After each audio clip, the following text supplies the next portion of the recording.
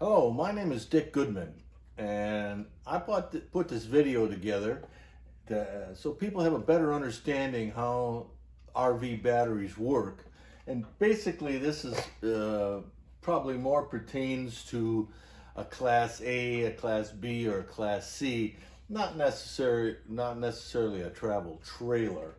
Okay. Now, what I've tried to demonstrate here or set up for you so you could see is I have two batteries. One of them we're calling this would be the battery for the main chassis or the vehicle, okay? Whether you have a Chevy, Ford, or a diesel, someplace in that vehicle you have a battery that takes care of all the demands that are required to start the engine, run the headlights, radio, that kind of stuff.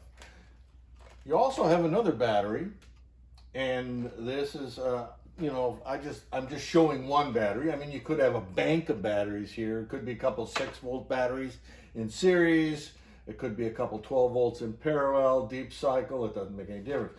This is the battery that runs everything on the RV part of it. You know, runs your lights in the RV. If you have a stereo, if you have an inverter in the RV, it'll run that. Your heater, maybe your controls for your air conditioning, things like that are run off of this battery, okay? So you have two distinctly different batteries, okay? Now, when you're driving down the road, this battery is being charged by the engine that's powering the vehicle down the road. The alternator, it's charging this, and of course it's replacing the power that you're using at the dash, you know, your radio in the dash, things like that, okay? There's also a solenoid that I've put in here, okay? And this solenoid, all it is a like a switch or a relay. When you're running down the road, this solenoid is engaged, meaning these two wires are put together, okay? And what that does is bring the positive of this battery and the positive of the batteries in the coach together. So this battery charges when you're going down the road. In other words, when you get to wherever you're going to camp for the night, this battery should be fully charged. And it's done by this relay. This relay controls that. Now when you pull into the campground, if we use that as an example, and you shut your RV engine off because you've got it all parked the way you want it, the power to this relay stops. The circuit opens, and these two batteries at this point in time are standalone, okay? And they do that for a very good reason. Let's say you're camping, you're not plugged in someplace, and you're camping in the woods, and you leave your furnace run all night, you leave a couple lights on, you're listening to the stereo. Everything you're doing is running off of this battery. If these two batteries were tied together all the time, you could run this dead and run that one dead, and you'd wake up in the morning and you couldn't start the RV. So that's why they're shut off. This battery's separate, this battery's separate. You can camp all night long, run this battery totally dead. You can come back, start this up, start your engine up because this battery's still good. Your alternator will close this switch. The alternator on your frame will run through here and bring this battery back, okay? Now, again, you don't want to leave these connected together in case you run this dead, okay? Now, let's say you got your RV parked at home and you decide that you want to plug your RV in and keep it plugged in. Now, I've kept my RVs, I've had quite a few of them, and I always keep it plugged in when I'm not using it, all the time. So when you park your RV, whether it be at your house and you plug it in, or at a campground and you plug it in, or whatever, the minute you plug it in, there's a charging system built into your RV that automatically charges this battery, okay? And it supplies the power for your lights and radio, whatever else you're doing back here, okay? But it does not affect this relay. This relay stays off, okay? Because it's controlled by the chassis, okay? So where I've had problems is I park my RV for the winter, I plug it in, the onboard charging system, the 12-volt system for the RV, keeps this battery fully charged, okay? This one, it does not. And after a certain amount of weeks or months, this one will go dead.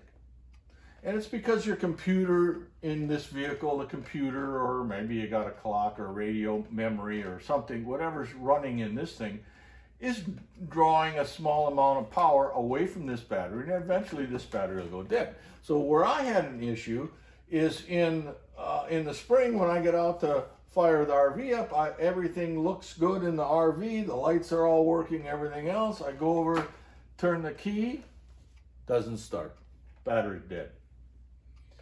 So what I've done, and I think it's a fairly good idea, I used to take a little jumper wire and go across this thing, across these two terminals.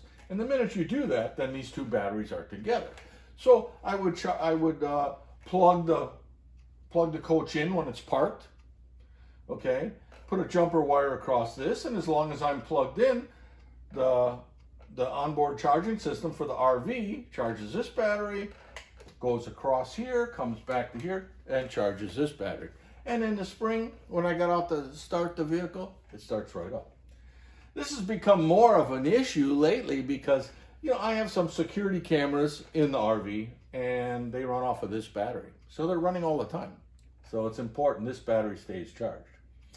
Now what I did, I'd forget about this jumper wire, and that's probably not a good thing to do, because although I've shown here just little bitty wires, just, you know, to be able to demonstrate this, these wires in real life are very heavy, okay? They're heavy enough to take cranking current, which is a lot of amps, from one battery to the other. Because in most or a lot of motorhomes, you have the ability, someplace on there, you have a switch. And if you flip that switch, it'll automatically bring these two batteries together, okay? A reason for doing that would be, an example is, for some reason, somebody left the headlights on and the coach is dead. This battery, I'm sorry, the chassis battery is dead. Engine will not start. This battery is fully charged, okay? You have a switch on the dash to bring these two batteries in. What it does is it closes this relay and supplies this power to here and allows you to start the vehicle. So it's kind of a neat thing. And it works the same the other way too. Let's say this battery is fully charged and this one is totally dead. Well, let's say we want to get this, we can't, you know, the generator in the RV runs off of this battery, okay? So if this battery is dead, the generator won't start. So what we're going to do is we're going to turn that switch on the dash, close this circuit, and we're going to steal power from this battery through here to get this running. So these wires, even though I've got them shown as very small, they're regular starting battery wires. They're big cables, okay? Now, the idea that I had, that I came up with, is how do I keep this one charged during storage and when I'm not using the thing? So this is a fuse, an inline fuse. This is the fuse, and I happen to have a 10 amp fuse in here, and that fuse goes right in here. I can get it in there. Got a little cover on it. And now I have a fused wire. What I do on my motorhome, I have my motor modified with this wire, and this wire sits across here like that. Now, these two batteries are in essence hooked together by means of this wire, 10 amp fuse, and this wire, okay? Really works slick. Whenever I'm parked, the RV charging system, maintaining and charging this battery, is allowed the current to go through here and charge this one. Both these batteries stay absolutely fully charged all the time, okay? Now, the trick is, why this is slick, is because I could never remember to take the jumper wire off, okay? And with this in there, if you try to start the engine, the Chevy, Ford, or diesel engine up here, it will try to draw power through this wire from this battery. It'll try to steal power from this battery through my wire that I put in to this battery for starting. And the minute you do that, that fuse will blow. And the minute the fuse blows, there is no continuity between these two, and the two batteries are separated, isolated like they were meant to be. So when I always forget to do it, so I go start the motorhome, the fuse blows, I still don't remember it. Normally when I get back home, I say, oh geez, I gotta remember to check the fuse. Of course, it's always blown. Open it up, put in a new fuse when I'm parked, leave it go, and it's charging. So it's really a slick way to keep both batteries charged all the time. And it's made life a lot easier for me.